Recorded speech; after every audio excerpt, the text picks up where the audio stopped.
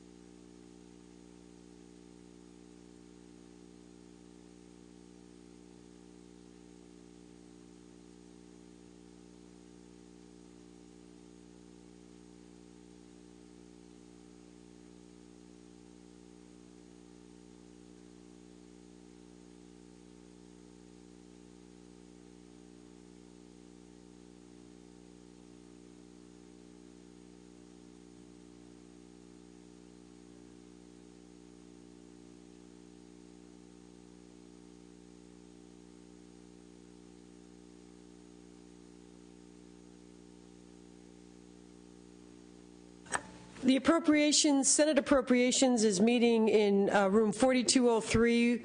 We need one member for a quorum. Will members please proceed to 4203 to take up two bills? Madam Chair, let's.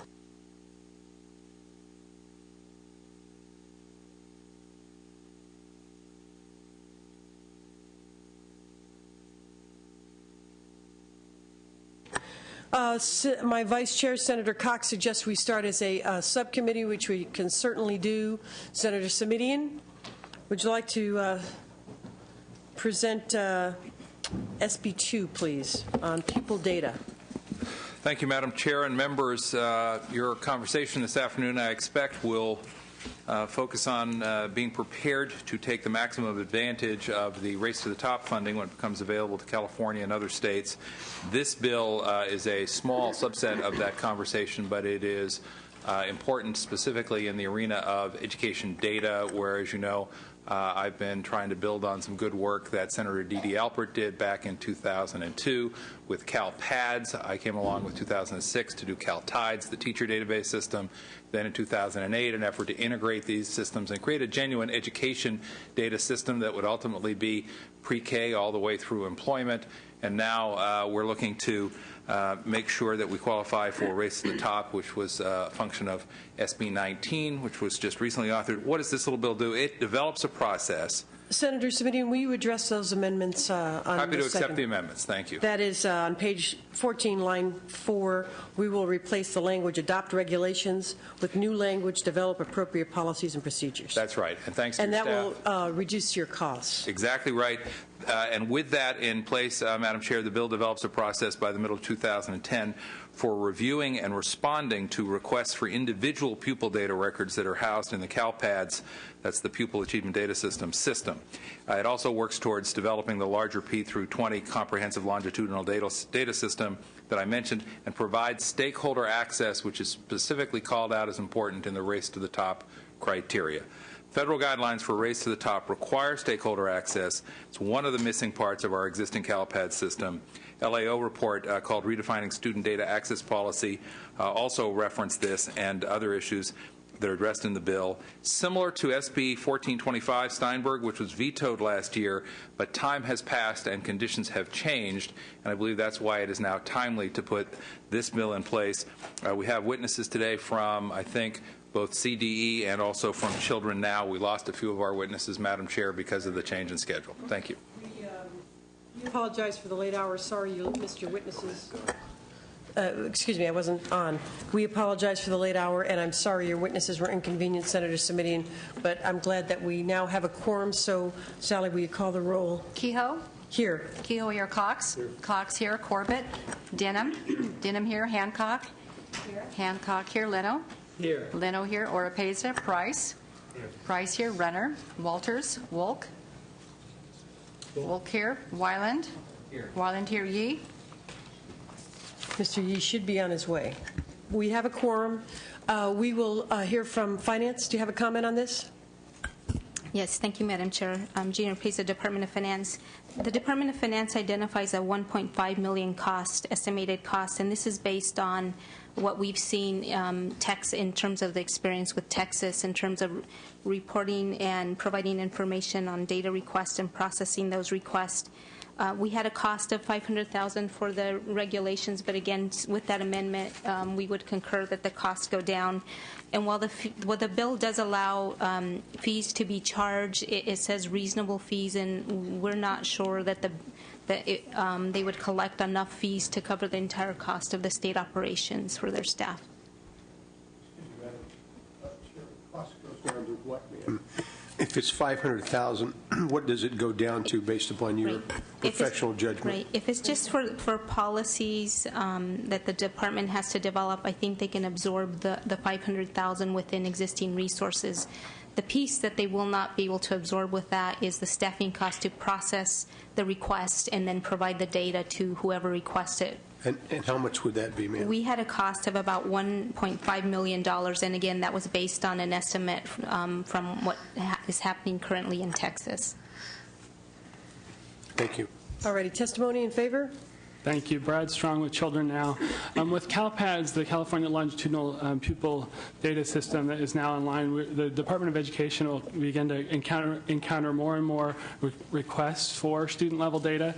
There's two options to respond to those requests. Either they get scrub data, which is pretty time-consuming and costly for the manual process, or you could provide student-level data that complies with all the federal privacy and security protocols, which this bill proposes, and it would be only ensures that the privacy and security processes are in place. It mirrors the process that's used for private or health data in the state of California, and so we think that makes a lot of sense. And it also does this meets the reform plan criteria in the Race to the Top application, so it does increase the competitiveness of the state of California for accessing Race to the Top funds by ensuring research access to statewide longitudinal data in the system. Thank you. Thank you. Mr. Reed. Good evening, Madam Chair. Chris Reef on behalf of State Superintendent of Public Instruction Jack O'Connell. The superintendent does not have an official position on this bill. He is actively engaged, or we are actively engaged in the process with this measure as well as SBX 51. It's a work in progress. Certainly establishes a structure for access to data. So we strongly encourage the committee to continue to move the bill forward so that we continue to have these conversations regarding these important data access issues. And I'm also here to answer any technical questions to the extent possible. All righty. Further testimony in favor? Is there any opposition testimony? Members, other comments? Mr. Wyland. Will this be going to the suspense file? It meets the criteria for suspense. This is not an urgency bill, Mr. Simitian, correct? That's correct, Madam Chair. I would only offer the comment, Madam Chair, that just as there is concern about California making a timely response with respect to Race to the Top on the broader and much more challenging bill you're about to hear. Right. That's true in this case as well. The reason the bill is here before you now in special session, members, is, and actually there was a very good summary of this in the Education Committee analysis, there were two preconditions, absolute preconditions to eligibility for Race to the Top. One of those was that there be no legal barriers to linking student achievement data to evaluation of teachers and principals, the so-called firewall. We took care of that with SB 19. But then there are four additional assurances that are sort of high priority in terms of Race to the Top eligibility. One of those is creating data systems to measure student success and support instruction. Among the competitive criteria, then, is the notion that there be a plan. We do not have a plan in place today. The components of this bill taken together would constitute such a plan. And I would go on to say it is important. I appreciate Ms. Orpeza mentioning the language in the bill. Where's the $1.5 million come from? That specifically says any reasonable fees or charges that may be imposed upon research applications to cover costs of responding to time-intensive requests. So to the extent that there is a concern that folks will come forward and ask for information that involves additional time beyond what can currently be covered by existing staff that's redirected, which your analysis specifically points out will be redirected, can be covered by those fees, meaning it zeroes itself out. Finally, I would say that if it means we are less competitive for our fair share of $4.5 billion in federal money, it would truly be penny wise and pound foolish to kick the bill to suspense and discover that we had then left ourselves less eligible to qualify for $4.5 billion. That's before we get to the $250 million in data funds that are specifically available, but we can't very well ask for data funds if we're not prepared to take the next step and develop a real data All plan. good points, Mr. Simitian. Thank you. Madam Chair? Should we finish? Let me just check and see if there's any testimony, any additional, and there isn't. Mr. Weiland has... I'd just like to finish. The reason I asked the question is in support of what I think Senator Simitian is asking, is that, and I don't know quite how to do this formally, but I would hope that we don't send this bill to suspense because I think it is extremely important that we have this ability, and even though there's some problems I have with the policy side, I think the urgency of having this data to compete with this money for this. Thank you, Senator Weiland. I think Senator Leno has a motion. I was going to suggest that the author makes a compelling argument, and given the unique and urgent details of the situation, that I would move the bill. As amended. As amended, yes. Thank you. Thank you, Senator Leno, and thank you, Ms. Hancock. Senator Cox, did you have a comment? I do. Senator Smith, I wanted to inquire. I understood that the number had been ratcheted down to $1 million, and then at the same time the committee consultant indicates it's probably not $1 million, it may be closer to 800,000. So my question, Senator Simitian, is where does that 800,000 to $1 million come from? And my presumption is it comes from the general fund. Is that your understanding? No, sir. Tell me where the money comes from. My understanding, sir, is that the language in the bill, and I would call your attention to page 14, line 28, which references specifically that reasonable fees and charges may be imposed upon research applicants. So what we're talking about is a group of folks who want to use the data. Because they want to use the data, they have to ask, hey, can we get the data in a form that both gives us everything we want but also protects the privacy of the people who are involved? And that's why we need to have this little organization set up to make sure that we're giving people the data that they need, but we're respecting the privacy at the same time. There is a cost associated with that, and we can debate how much that is, sir, but however much it is, when you come and ask for that data, this legislation specifically authorizes cost recovery. Ms. Orpeza earlier, I think, was trying to make the point that it didn't say, and it absolutely positively shall cover each and every penny of the cost. Fair enough. I believe that the language reasonable cost means we wouldn't want to charge somebody more money than it actually cost the state to provide it, because that would be a tax, not a fee, and you and I would both be opposed to that, I suspect, sir.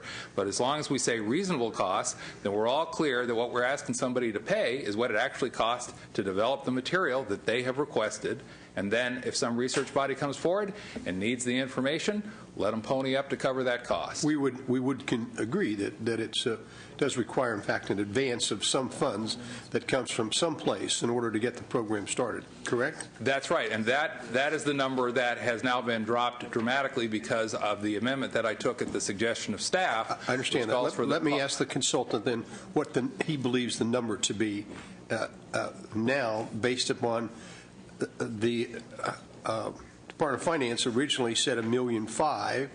He believes that's too high. Said he thought the number was 800, and it would come from the general fund in an advance form. So let me just ask him to if I may, Madam Chair. Yes. Yes, Dan Troy, committee staff. If I understand the Department of Finance's comments, they had the cost for the regulations at about $500,000. Is that correct, Mr. Arpisa? I had those costs lower in consultation with the department, but as those regulations are now out of the bill, your cost would be approximately $1 million. Our cost for staffing was $1.5 million, and we had the $500,000 for the regulations, which we said if they're not going to develop regulations and just deal with the policy, then they could absorb that piece. And again, our cost was based on what happens in Texas now. What does that make the number then? That's what I'm trying to get to. $1.5 million in our estimation. Excuse me, through the chair, I don't believe the $1.5 million. We have a difference in opinion. We're going to hear everybody, Senator Simitian. Now, the finance is saying with the amendments, you still peg the costs at $1.5 million, right? I think Senator Simitian wants to respond to that. I think we're having a confusion between the questions that have been asked about ongoing annual costs, which is not, as I understood it, the question that my colleague Senator Cox just asked a moment ago. The question Senator Cox asked a moment ago was about, so what's it going to cost to get this thing set up? And I don't believe that the Department of Finance is telling us that it's going to cost $1.5 million to get it set up. Perhaps I misunderstood, and if so, we can debate that at another time.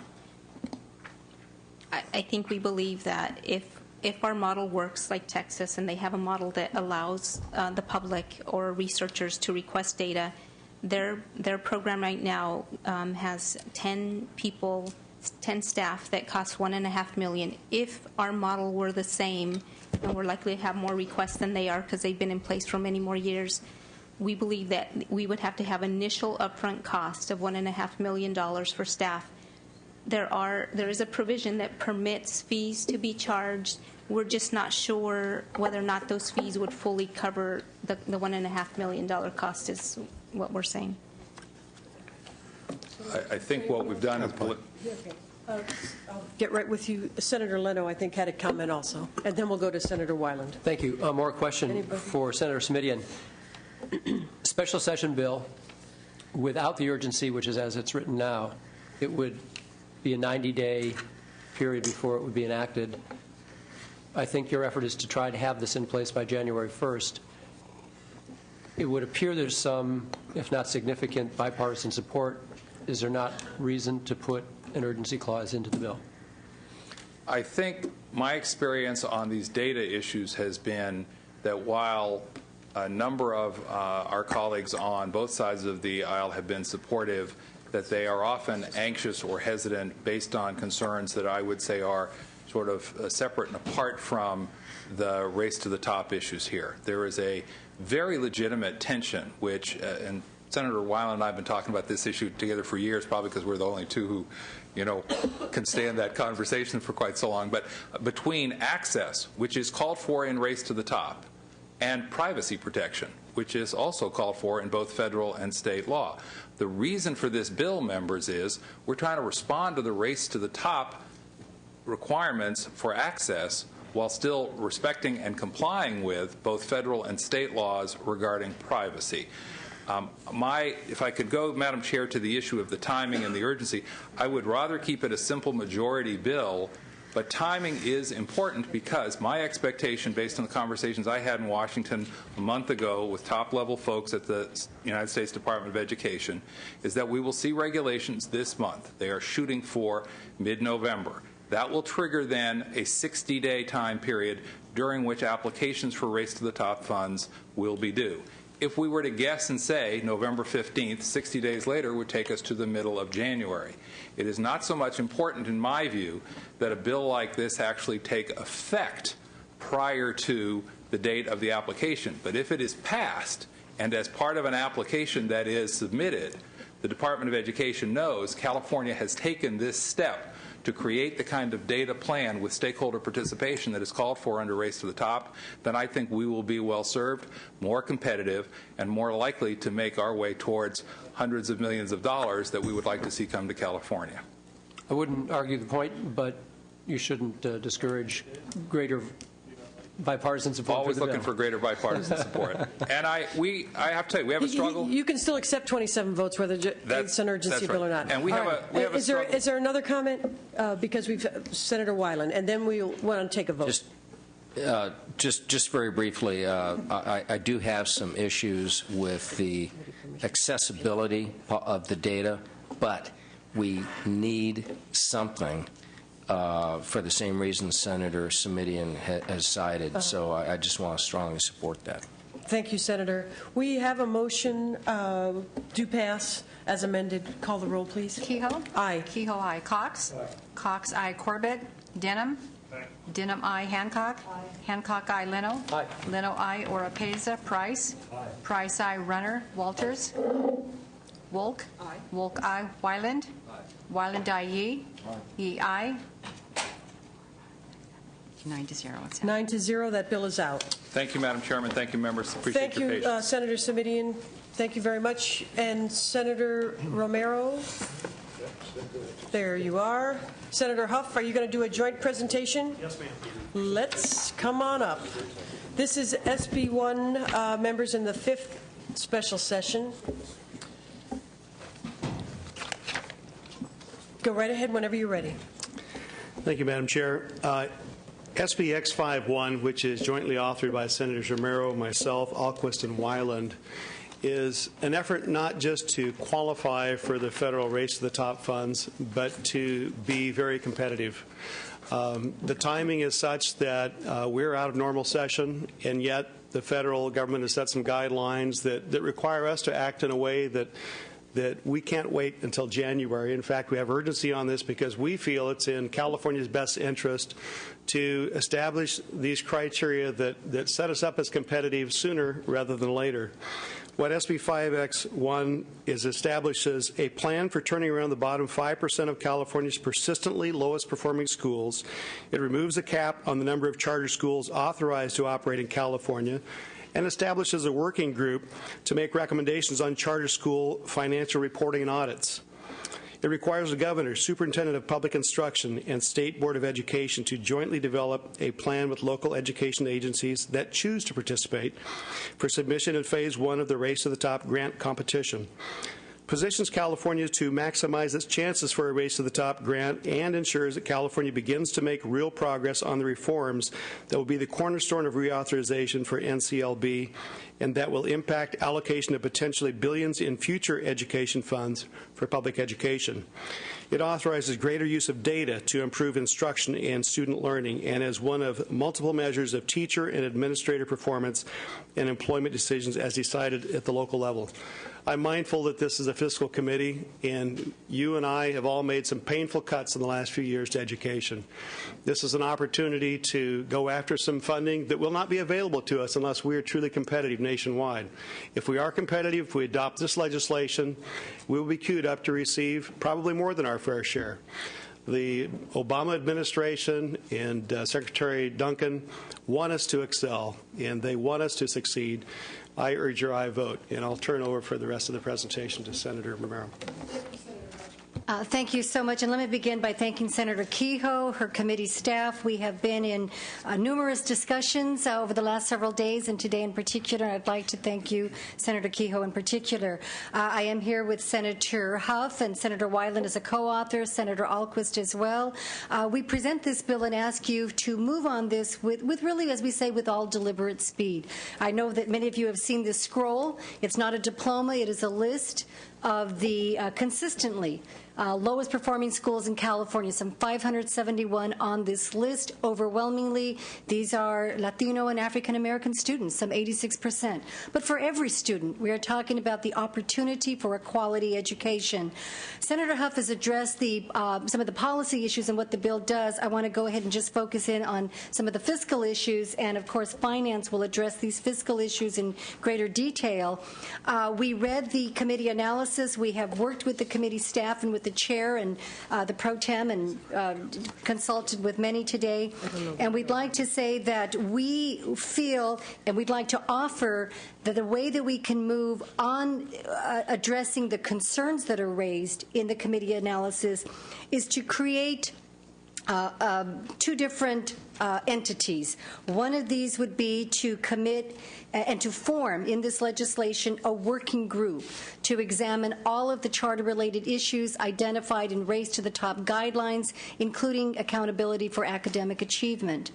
This would also be in addition to the working group that would be created on financial reporting and audit issues that have already been added to this bill. And we believe then there are many issues that are here. There are many passions. There are many questions. We don't want to reinvent law, neither do we also at this time want to say that we can tonight write every interpretation of charter law in California. But by the establishing these two groups that will form, come back, work, report to the legislature, we believe that in this fashion we will address the committee's concerns and move forward with the time that we need in order to get this application done. So I respectfully ask that these amendments offered to the bill will be accepted by the committee and that we can move forward and continue moving this shuttle forward to the Race to the Top. Thank you for the author's amendments, Senator Romero. We appreciate all the conversations and issues that we worked through today. We think this is a reasonable way to proceed, and it brings balance and improves the bill, so we appreciate your flexibility and openness. Is there more to your statement, or should we go to witnesses? Witnesses. We'll go to witnesses in favor, then opposed, then we'll hear from finance, then from committee. Thank you, Madam Chair and members. Rand Martin on behalf of the California Charter Schools Association. We'd simply like to say we're strongly in support of this bipartisan bill, especially as amended according to the author's statement today. Thank you very much. Thank you. Madam Chair, Bill Lucia from MedVoice. I just wanted to point out that we agree with the hard work of your staff in doing the number crunching.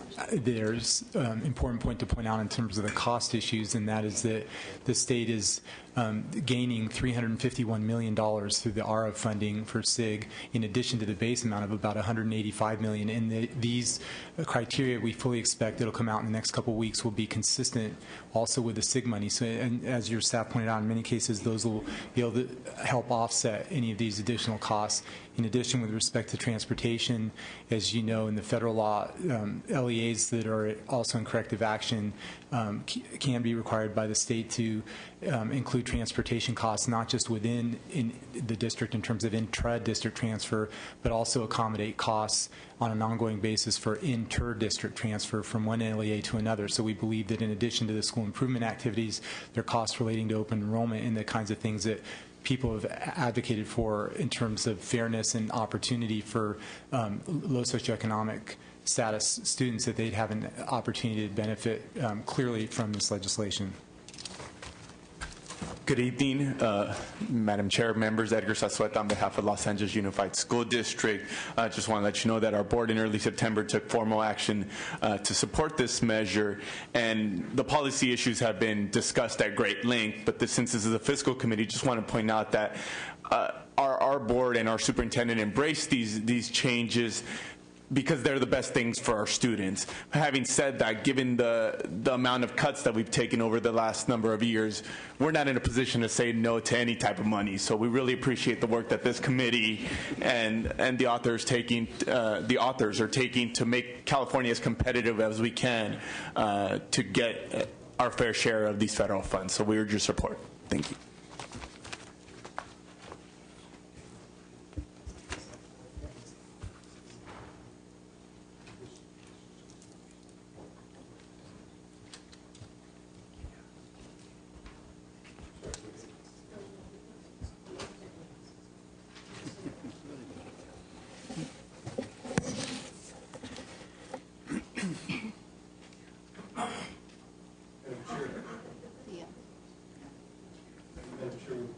respect to the amendments, I had just suggested that when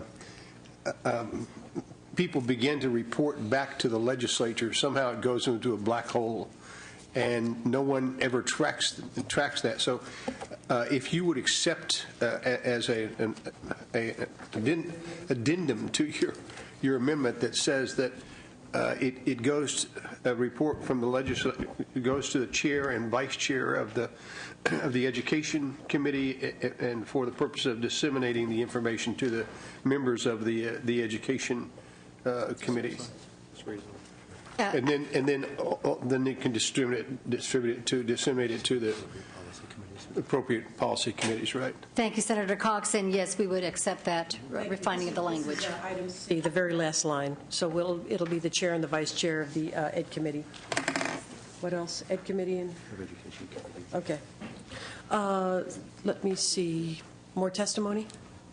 Good evening. Chris Reef on behalf of State Superintendent of Public Instruction Jack O'Connell.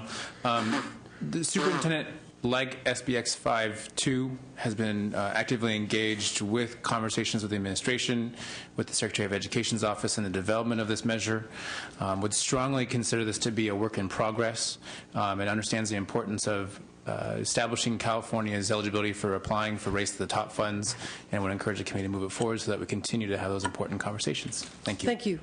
Additional testimony in favor? Opposition testimony? Come on up.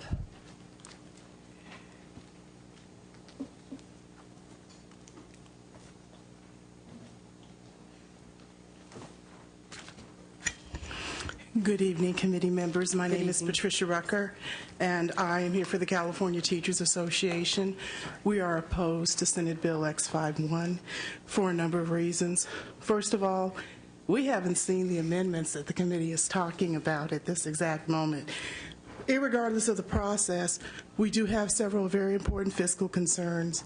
First and most importantly, we are concerned that the funding that would be awarded, whether we talk about Race to the Top or any of the other categorical programs that include competitive and formula grants, it is based on the quality of the application. It is not an assumption that simply passing this bill will give the state money. The state's application has to be qualified and predicated on the final regulations, which are not in place. And this bill makes a number of assumptions about what will be in place, and there's no evidence to suggest that the assumptions that's going on are correct. Secondly, we've raised a number of concerns about not only the monitoring of charter schools, but the assumptions about what the cost will be for doing the monitoring as the charter schools increase. Not only will there be increased monitoring responsibilities proposed under this bill for existing charters, but the monitoring responsibilities will increase as more charters come online.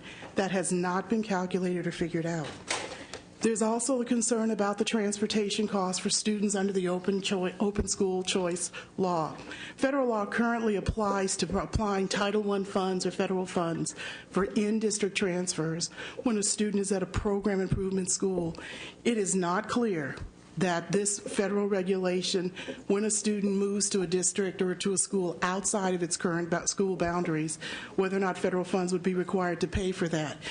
Without making sure that funding is secured and in place to provide that transportation support, as is modeled by the federal law, it's very clear that there would be state costs borne, or the Open Enrollment Act has no meaning for the students it's intended to benefit the most. It's tempting to have a policy conversation here with the Fiscal Committee, but I do want to remind the committee that there are a number of proposals in the bill that are not clear and remain uncertain about the funding source if California does not receive Race to the Top dollars. This bill would implement permanent statutory changes that are not connected in any way or predicated on acceptance or receiving federal Race to the Top dollars. Furthermore, these changes require substantial ongoing funding after the one-time application of Race to the Top funds, if received by the state, are expended. CTA urges the committee to consider not only the fiscal implication for the short-term gain of the one-time dollars in the Race to the Top application, CTA would also urge the committee not to assume that passing this legislation means that California will automatically receive these dollars. These competitive grants are only going to go to 10 states, and that competition not only is predicated on the quality of California's application, but the quality of California's intent and long-term and long-standing application and policy development in support of the plans and the ideas proposed. I do not believe that the fiscal constraints that the state is under right now would support that intent. Having laid off 20,000 teachers, having continued to make $17 billion in education cuts, and knowing that those cuts will go forward again in the spring, it is not possible to say that there is a connection between the intent of the bill, the intent of the plan that is outlined by this bill, and the intent that the legislature can assure in meeting the funding requirements that this committee must oversee. For those reasons, we are asking you not to move on this bill this evening. Thank you for your thoughtful comments. I don't think anyone's under the illusion that the bill ensures race to the top funds, but it is an attempt to set up California to be competitive in that environment. But appreciate your thoughts. Next, please. Sherry Griffith with the Association of California School Administrators. We actually have not seen the amendments in regards to charter school review, and we very much would like to see those. One point in that area, we would, for the record, want to ensure that any recommendations from a work group include the same high bar that all other schools are expected to meet in regards to student achievement, fiscal accountability, conflict of interest, and the Open Meeting Act. We feel that those are all critical elements of any entity running a school in California. What is missing in this one arena is that as one of the strategies for closing schools, you can turn it over to a private entity or company. We've had no conversation, I know it's a policy issue, but in regards to the accountability of these private companies, we think that part needs to be addressed in the bill at some point. On the fiscal points, my colleague made a number of the points that I would have made, except for in regards to one-time only funds. One of the challenges that we feel we face in California is that the larger program, Title I, which over 4,000 schools in California receive those funds, we have not yet seen the reforms under ESEA, or as we know it, No Child Left Behind. We expect Congress to be working on that all of this year, and that really truly will drive the reforms necessary in California, irrespective of the application for Race to the Top. We think you need to see those reforms and dovetail that to the work that you're doing here, because as mentioned before, the state mandates that you're putting into place are ongoing and will need to change if we see change under ESEA. So we would encourage you to combine that effort in the timeline. In regards to the struggling schools, we think that there are costs there that we can't really unearth at this point. There's only 3 options for closing schools. It is to close the school and reopen as a charter, and or you can transfer out staff, but it's not clear where those staff would go and how you pay for the new staff. And then you can close the school entirely. We think this is far too limited, and we're unclear what happens. What are the ramifications of that closure over time? And we think that that has fiscal implications. Under the Open Enrollment Act, the definition for low performing is different than what we may see for the lowest 5%. So we don't know how broad that impact will be. If it's in decile 1 through 3 under the API, it's as high as 2,300 schools annually in California that we could have requests coming into other districts for the transfer. We think there's administrative costs there. So with those points, we still have problems with the bill. Thank you. Thank you. Next, please. Good evening. Barrett Snyder on behalf of the Franklin-McKinley School District in San Jose. Our issue centers on the open enrollment provisions of the bill, the fiscal implication there, the definition for students being eligible to leave the schools and go to another school in any district in the state, is that it's a program improvement district in deciles 1 through 3. The concern is that it's not clear the federal law allows you to use Title I funds for interdistrict transfer. It was raised in your analysis. We think it's a very valid point. We very much understand the desire for parents to want to take students that are in a low-performing school and go somewhere else. But if you don't provide that option on an equal basis to poor kids, you create potentially a system over the long term where you effectively lock the poorest kids in lowest performing schools, and that has all kinds of equity issues and lawsuit potentials for the state. It's a significant issue that needs to be addressed before we can move forward and support the bill. Thank you. Thank you. Further testimony, go ahead. Dolores Sanchez on behalf of the California Federation of Teachers and the United Teachers of Los Angeles. All of our comments mirror those made by my colleagues in the Education Coalition, particularly by my colleague at the CTA. So just want to say that we are very much in opposition, and we do see this as a work in progress as well. And we hope that the bill remains with the committee. Thank you. Thank you. Further testimony? Any additional testimony? Finance?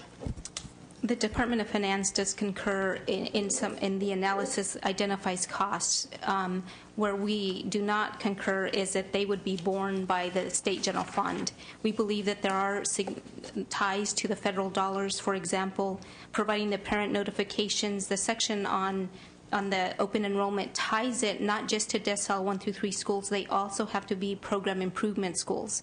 By doing that, there is an underlying federal requirement that notices be provided, therefore those costs would be covered by Title I cost. In terms of the information and for CalPADS and so forth, there is a grant that's available to all states. It's the State Longitudinal Data Systems Grant, which is a total of $250 million. California's share of that is anticipated to be $20 million, and we believe that's sufficient to cover the cost that's detailed in terms of CalPADS. And then finally, in terms of the persistently low-performing schools, while the state fiscal stabilization and the ARA provide a lump sum amount of $350 million for low-performing schools, there is a base ongoing grant that's roughly $180 million. That will not go away regardless of whether or not we get raised to the top or not. The last point I want to make is under current law, federal law, there's a provision under the corrective action which all of these schools would be under corrective action because they would be at least 7 years of failing schools, so they fall under corrective action. And it does permit schools to use this money to allow kids to transfer not only within the current district but outside the district, and it's in this provision that I can share with the consultants so they can see what's in current law now. So I think folks were looking at a piece of the law, but there's further pieces that talk about what Title I monies can be spent. That's federal law. Yeah. Federal law, so that we can use federal dollars to pay for some of the transportation out of the district, not just within the district. Thank you. Thank you. Members' comments? Ms. Hancock, Senator Hancock? Thank you.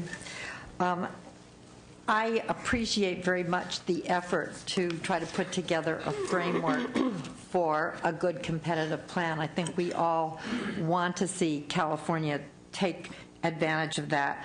I do have policy concerns with this bill, which I would not go into now, but just specifically fiscal concerns.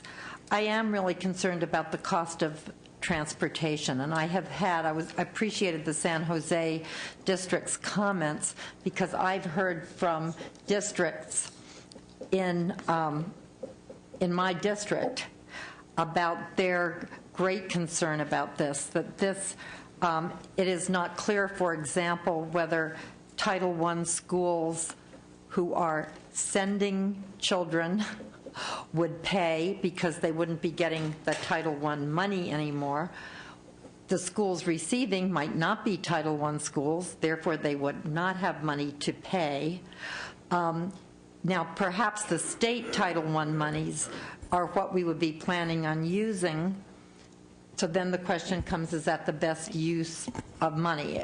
But I think that if the bill moves forward, that is the kind of thing that needs to be spelled out. And there is, of course, the ongoing concern that you're leaving, which is the general concern, I think, with many charter schools, too, that you leave the kids with no advocates behind. And what do we do in those very low-performing schools? And my hope would be that also, if the bill moves forward, there be work done. I think the 3 reform choices are not adequate. If people feel that the choice of other has not resulted in the changes we want, now is the time to perhaps flesh out what other could mean. And I believe that if the state is serious about turning around those schools, we are going to have to devote significant sums of money to it, whether or not we get money from Race to the Top. We are talking about before and after school. We're talking about feeding kids adequately. We're talking about numbers of things, health, vision, that these kids need, not just identifying the families or the schools. So I'm glad there's study groups on charter school, 2 study groups, I guess, on charter schools. I think that really there needs to be more work done fleshing out programmatically what this would look like. Thank you, Senator Hancock. Senator Leno and Senator Woke, and Senator Cox has a motion when we're ready for it. Thank you, Madam Chair. I will try not to repeat some of the comments of my colleague, Senator Hancock. With regard to the fiscal issues, I also am concerned that this will be one-time money and that we're making some permanent changes to statute, and also without any certainty of award at all. I have only great trust and respect in the intent of all of the authors. My complaint is with the imposition that the federal government is placing on states, and inappropriately, in fact, that these demands are really provoking the quick action that we need to take, and the authors feel they need to take, to be able to be competitive. And that's all appropriate. We should always be competitive. But my disagreement is with what the Secretary is doing in Washington, not with anything of the authors. So I'm, as I indicated earlier, not supportive today. Thank you, Senator Leno. Senator Woke, then Senator Weiland, then Senator Price. Then I think we may be ready for a motion. Thank you, Madam Chair. I will be brief. I don't want to repeat the concerns that have been expressed by my 2 colleagues. I share those. I'd like to see the bill, however, move forward. I think it's important to be responsive to these concerns, and I applaud the approach that you're working through. So I want to say that I'll be supportive in terms of moving this out, but beyond that, I want to see more detail on the policy issues. And now it's Senator Weiland. My turn. Obviously, I support this bill. I'm one of the co-authors.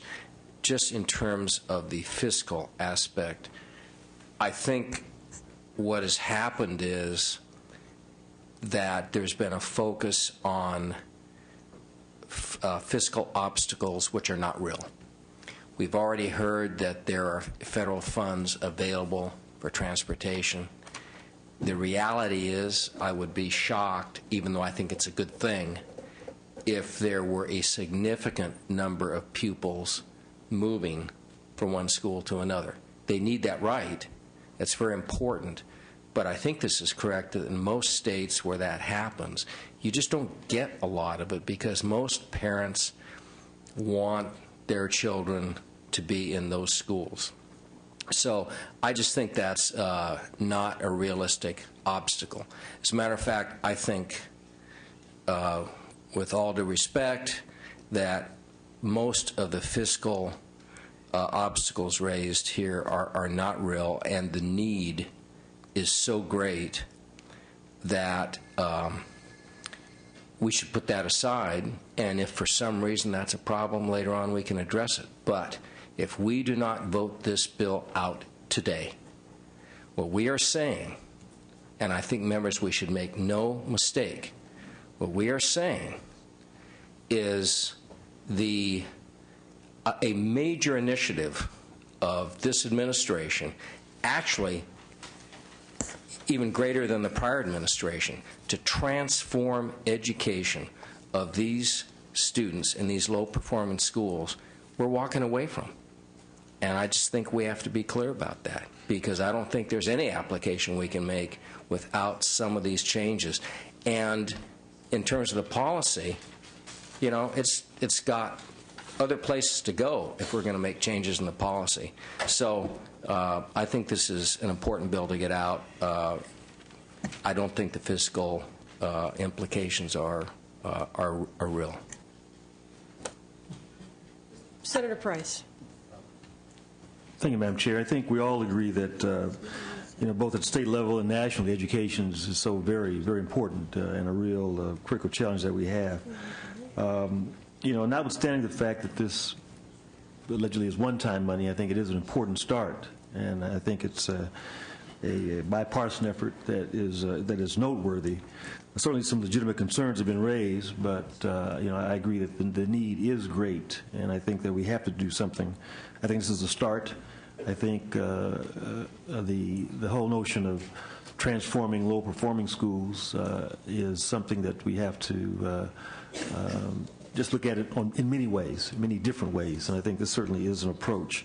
There still is a lot of work to be done here. I think that everyone agrees to that, but I think it is a start that I'm prepared to support at this point, and I hope that as it moves through committees and on the floor, that it will reflect the concerns and the changes that those who don't support it now would like to see. Thank you. Senator Yee. Thank you very much. I was going to say anything, but let me raise a voice of concern. I think that there's a general attitude that the way in which we're going to improve public education is that we take kids who are not doing well, and these are low-performing schools, and then we move them over to other schools, be it high-performing schools, be it charter schools, and somehow I think the perception is that then we're going to solve the public education issue within this state and this country, and that's just absolutely wrong. There are not enough seats for those kids who want to go into high-performing schools. There are not enough resources to deal with all kinds of different kids in our charter schools. In San Francisco, we have a problem where we are trying to do exactly what is being talked about here, and it's literally impossible. It's literally impossible. And so what happens then is that you have schools in many of our urban centers where there are just left to their own device. The concern that I have is that this is one-time money, and given the performance of the state of California relative to education, my worst fear is that all this new money is going to do is just simply to supplant existing dollars that we normally probably would put in there. And I think that when you look at our charter schools, the difficulty with our charter schools is that they somehow self-select. They don't take all kids.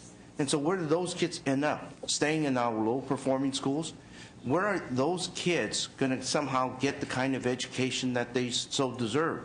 They're not going to maybe get it in those high-performing because the parents probably don't have the time or the understanding of how to work the system so that they can move their kids out of the low-performing in the high-performing. So I think that we do have a problem in terms of how we best educate our children. And all these kinds of experiments and so on, we ought not to be doing that until we absolutely understand the consequence of this particular experiment. Because once you do that, once you start this experiment and you don't know what's going to happen, then it's going to take 4 or 5 years before we figure it out. And by then, you and I are all gone, and then someone else is going to come, and they're going to have another bandwagon that they're going to start raising about, and then we are going to follow that bandwagon for another 10 years, and we go on and on and on. I was on the San Francisco Board of Education in 1986. Then they were saying that African American and Latino kids are having a tough time learning. This is now 2009. We're still saying the same thing. Now, unless you're going to tell me that this is going to be that silver bullet and that panacea take care of our children, then I'm not willing to experiment with our kids anymore. You've got ideas here, I'm fine with that. But tell me, what is the data that somehow suggests that this is all going to help our kids, rather than just simply saying, well, let's try this, because all else has failed. I'm not willing to experiment with any more kids. And so with that, I'm not ready for this. I'm not supporting it. And until somehow you get more data that indicates that this is going to help our kids, I'm not there. All righty, before I take a motion, would you like to close? Let me just say, I think it's been a wonderful discussion. I appreciate everybody's comments, a wide range. To me, the challenges in the bill that there's a number that still need to be addressed. The one-time money, the transportation costs.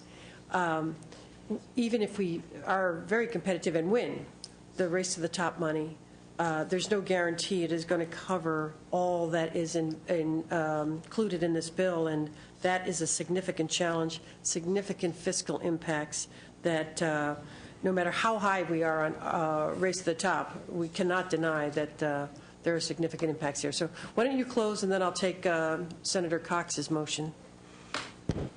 Okay, thank you, Madam Chair. I'd like to address some of these concerns, and then in our tag team bipartisan effort, Senator Romero will finish up on the things that I have left on the table. Very good.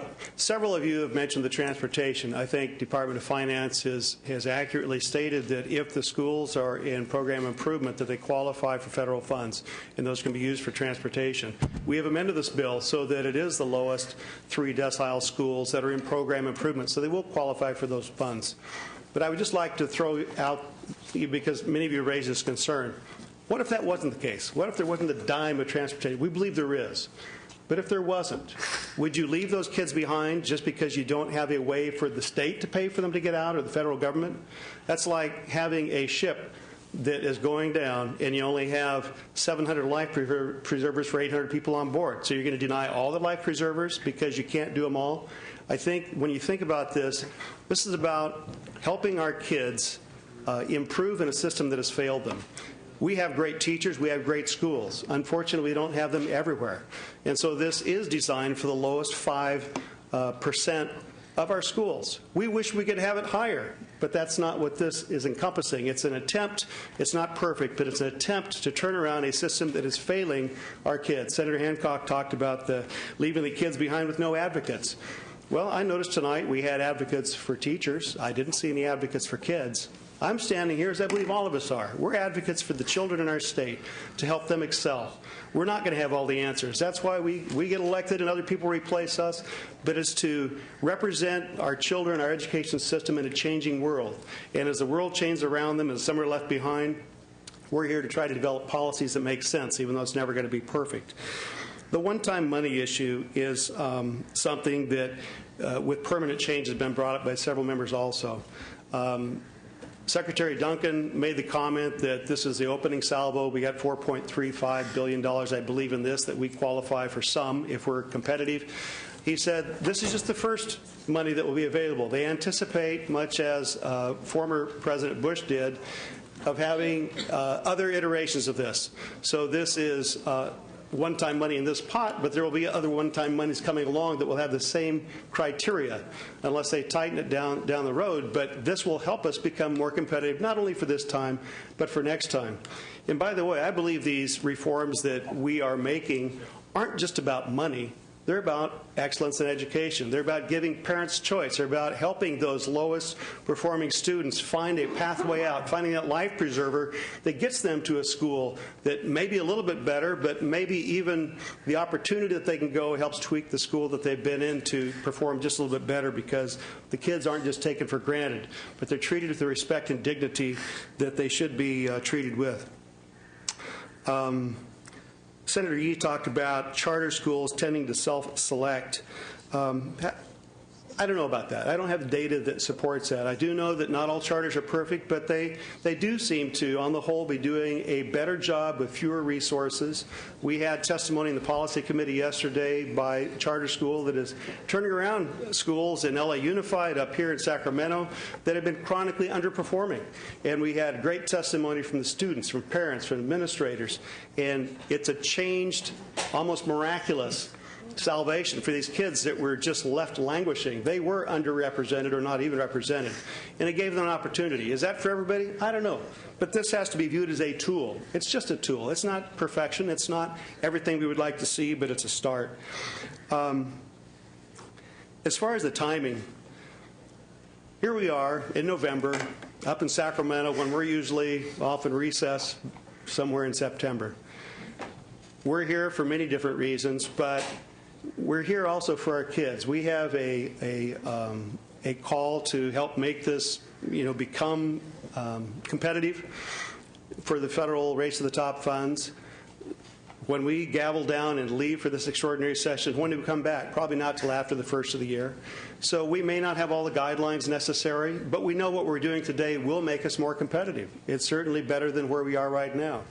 And so when we come back, is that too late? I don't know if it's too late, but I know it's better to act right now.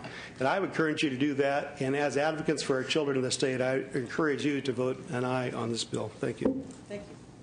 Thank you. And let me just follow up on that. This is a fiscal committee, and we're talking about costs.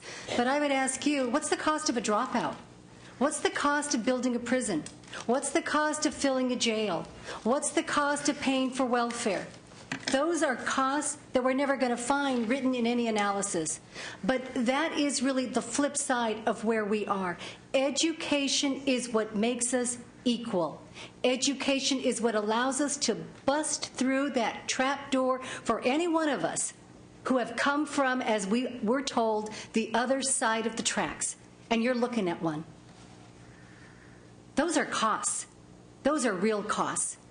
So when we talk about looking at this committee and what we should do, I would argue this is not an experiment. Both Senator Huff and myself, actually, we proposed and moved forward an open enrollment bill long before we heard about Race to the Top. You know what? It ran into a dead end.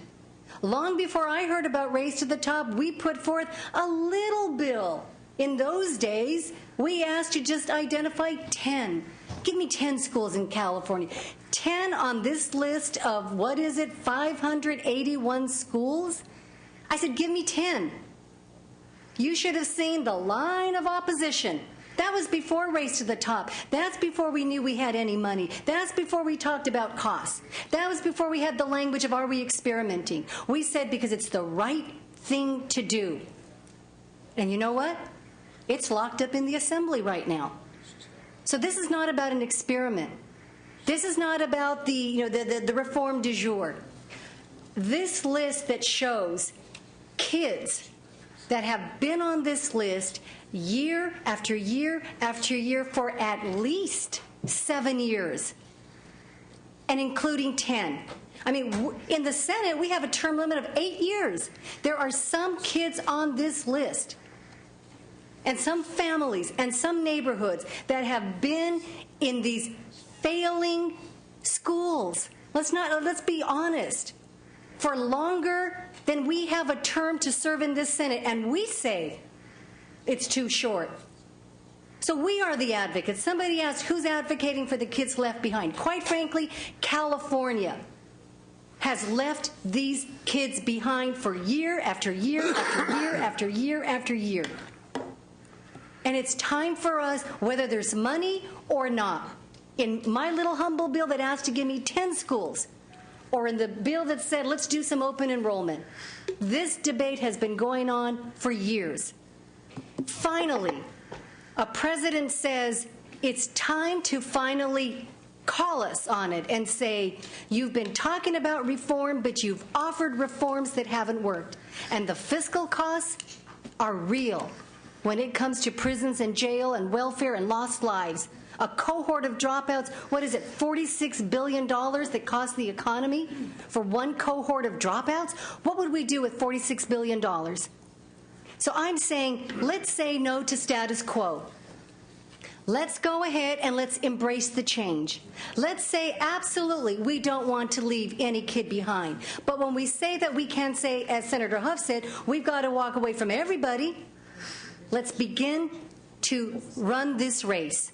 Let's begin to say, let's make it real. Let's begin to no longer make apologies and to make excuses. Let's begin to say, if we are unhappy with the status quo, and sign me up as person number one, then we have not only, I believe, a fiscal obligation, but I believe a legal obligation, because sooner or later we're going to end up in court once again.